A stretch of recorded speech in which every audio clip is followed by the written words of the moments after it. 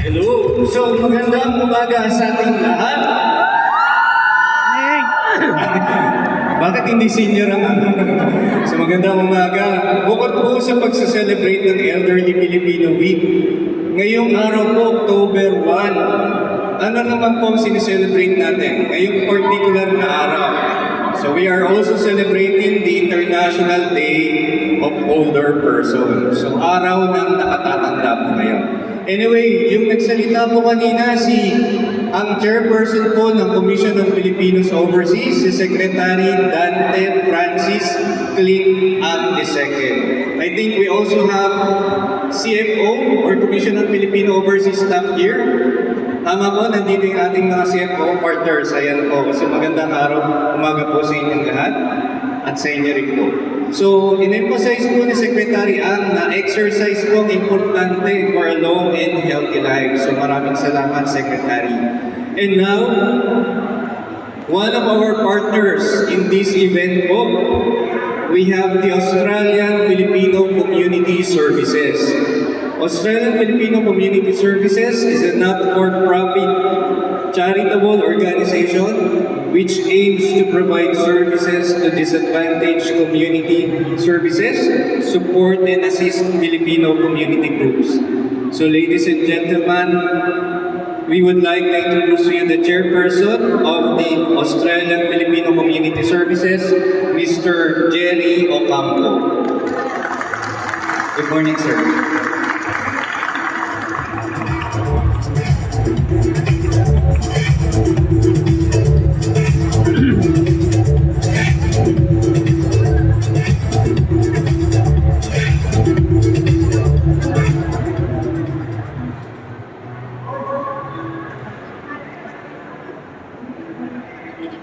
Magandang umaga po sa ating lahat.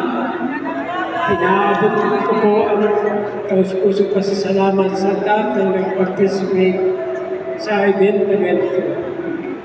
Ako po si Jerry Ocampo, ang current chairperson ng Australian Community Services sa Australia, based in Melbourne.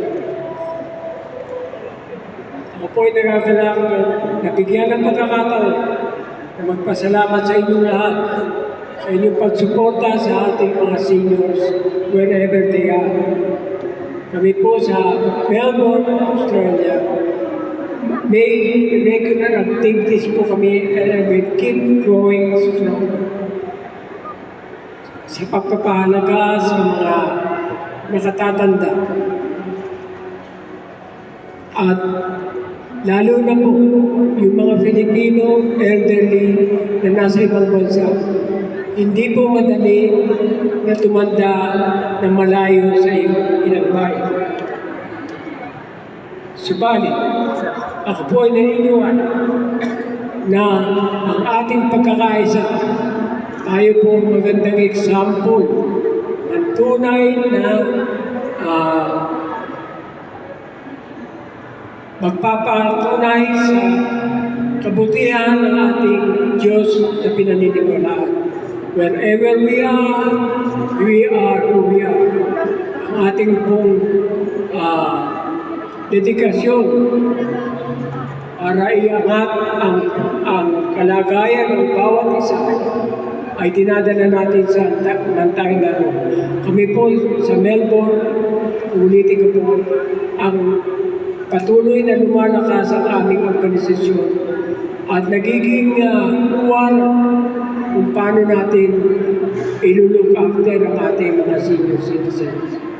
Pinaabot ko po ang personal na pasasalamat ng AFCS ay Secretary Rex Gatchalian na bumisita sa aming Maharlika Lodge sa Melbourne last year.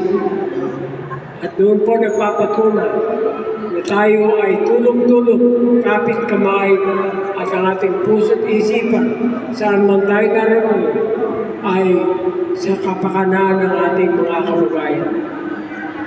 Secondly, i-emphasize ko po na meron kaming limited booklet, Healthy Brain, Healthy Life. Ito po ang guide sa pag-aalaga para ma-prevent ang dementia. Lalo-lalo na po sa ating mga elderly Filipinos.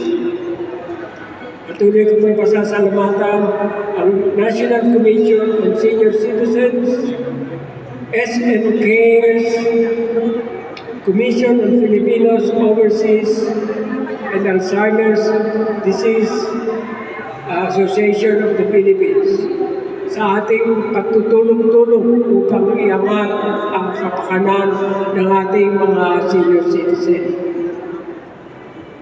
At may mention ko rin po ang aking pasasalamat kay Dr. Alvin Ray Senina, ang presidente po ng Alzheimer's and Disease Association of the Philippines.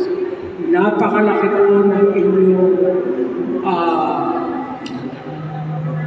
nagagawa upang ang ating mga senior citizen, saan man sila naroon, ay magkaroon ng katatagan ng pangatawan, ng pag-iisip, dahil po ang dementia ay maaari po i-prevent kung alam po natin ang paraan sa pag-aalaga sa kanila. Ang personal experience ko po ay hanggat may social connection tayo sa bawat isa, nai-slow down o na-prevent ang pagkakaroon ng dementia. Lalo na po yung pag-usap araw-araw, minuminuto. Huwag po natin kalimutan ang ating mga senior citizen. Dahil mahalagang buhay, parte ng ating buhay ay nagsimula rin po sa kanila. And in closing, I would like to give a Bible verse para sa ating mga senior citizen. Ito po ay nanggaling sa Bible sa Book of Isaiah 46 verse 4. Babasahin ko po sa English. Even to your old ages and gray hairs, I am He. Yan po ang ating Diyos. He who will sustain you. I have made you and will carry you. I will sustain you and I will rescue you. Ito po ang foundational promise ng ating Diyos who cares for us continuously and unwavering. At inihiling ko po na ating isang puso ang pangako niyan ng ating Diyos na pinaniniwalaan. Maraming salamat po sa inyo lahat.